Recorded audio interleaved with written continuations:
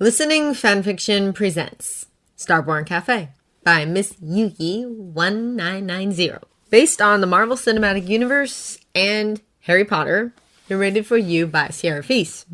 Chapter 1. The Bartender. "Is this the place?" Tony asked, and Bruce nodded. The two were standing in front of a wooden doorway. It was 6:30 in the morning, and Tony had decided to follow his friend and colleague to visit the small cafe that attracted Bruce's attention a few days back. In all honesty, Tony just couldn't see what was so special about the place. Two old street lamps stood on either side of the door, faintly lighting the heavy-looking wooden entrance. A small sign was above the door. Starborn Café. "Yeah," Bruce said. "The other guy felt restless the other day when I passed beside the door." Tony hummed and pursed his lips. "But it doesn't say if it's open or not," Tony murmured, and Bruce looked at his wristwatch. "Maybe we should—" "No time like right away!" Tony grabbed Bruce's arm and pulled him along. The moment they entered the shop, they were enveloped in warmth, and their mouths watered at the delicious scents that floated in the air. They walked deeper into the cafe and looked around in wonder. The cafe looked homey. There were round tea tables all around the room, with comfy-looking armchairs around them, varying from 2 to 4 per table. There were 4 fireplaces, 2 on each side of the room, and a bar in the very back. "Seems they aren't—" "Good morning." Both jumped around when someone spoke from behind them, only to gape. The man speaking stood at 6'1", with an elegant lithe build. A thick braid of raven strands fell over his shoulder, and playful bangs fell into his slightly tanned face, accenting almond-shaped, slightly slanted eyes of a vibrant emerald. "Good morning." Bruce stuttered out, and the man blinked and tilted his head to the side slightly. "Are you open?" "Always," the man answered. His voice was a soothing baritone, a heady combination of velvet and warm chocolate, with a low undertone that resembled a pleased purr. "I am Harvin Sigurdsson. Welcome to Starborn Café." He bowed his head at them, and Bruce and Tony exchanged a small confused glance. "Please take a seat." Harvin showed them over to a table for 2 beside the fireplace, and the two took seats. They frowned when they realized Harvin had disappeared, only to jump in their places a moment later when the waiter appeared practically out of nowhere. "Here you go. The first drink is on the house." The two looked down at the drinks he placed on the table between them. "But we didn't even—" "Relax," Harvin spoke and bowed his head at them as he stepped away from the table. "I'm sure you will enjoy your drinks." Tony looked at the dark liquid in doubt while Bruce tentatively picked his cup up and took a sniff, barely containing a moan of appreciation. Both missed a small pleased smile that appeared on Harvin's face. "Excuse me," he said, and left the two alone. Bruce took a sip and moaned lowly. "This is great," he murmured. Tony raised an eyebrow before he took his own cup. His eyes widened when the bittersweet aroma of coffee filled his mouth, sending a wave of warmth down his body. He shivered and took another sip. "I must admit this is the best coffee I've ever drank. I have to ask Mr. Sigurdsson to deliver." Bruce chuckled. "I doubt it. I have no doubt, though, that Pepper won't mind coming here to bringing you some each morning, if you don't have time to come." Tony chuckled lowly, and his eyes shone at the mention of his wife. Bruce smiled wistfully and continued to enjoy his drink. Both shivered when a wave of warmth passed over them, and the door opened to admit an elderly man inside. "Oh, Mr. Alfred, it's been a while." Harvin again seemed to appear out of nowhere, and Mr. Alfred smiled at him while Tony's eyes widened. "That is Bruce Wayne's butler," he hissed to Bruce, who raised an eyebrow. "I heard Mr. Wayne was in town," he whispered back. "Young Master Harvin." Alfred's lips tilted up into a grandfatherly smile, and he hugged Harvin warmly. The young waiter returned the hug and kissed the old butler's cheek. "I am happy to see you in good health." "I was happy to hear you were in town," Harvin answered and stepped away from Alfred. "Please take a seat. I'll be right back with your drink." Albert gave Harvin a grandfatherly smile and nodded his head. While Harvin walked to behind the bar, Alfred took a seat in front of the fireplace beside Bruce and Tony.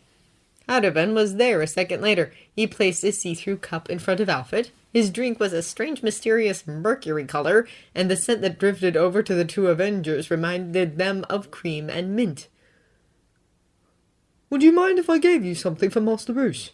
I just prepared a fresh portion of his favorite pastries," Alfred smiled and nodded his head. No problem at all.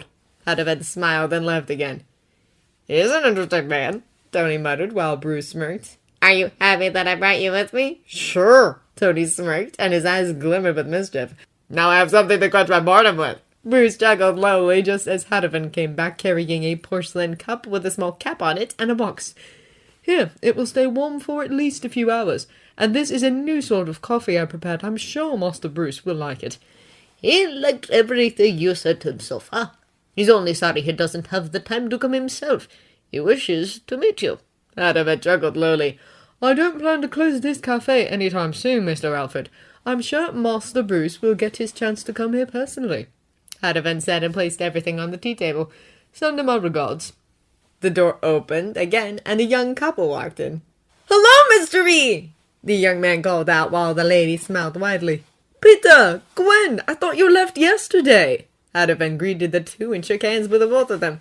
Our flight was delayed, so we decided to stay another day, Gwen said, and Peter grinned brightly. Take a seat. Shall I surprise you again today? Sure, Peter said. Hadavan bowed and left, while the two took a seat in the corner. How does he do that? Tony muttered. Bruce raised an eyebrow. How does he do what? He seems so friendly and yet professional. And just how does he know what drinks his guests will like? Maybe it's a special power, Bruce teased with a smirk, and Tony looked at him with a raised eyebrow. The door opened again, just as Hadavan served Peter and Gwen. Oi, Ben! The man that entered called out, and Hadavan smiled at him welcomingly. Sam, I'm surprised to see you here. Don't you have exams? The tall young man grinned sheepishly and rubbed the back of his head as he followed Hadavan over to the bar.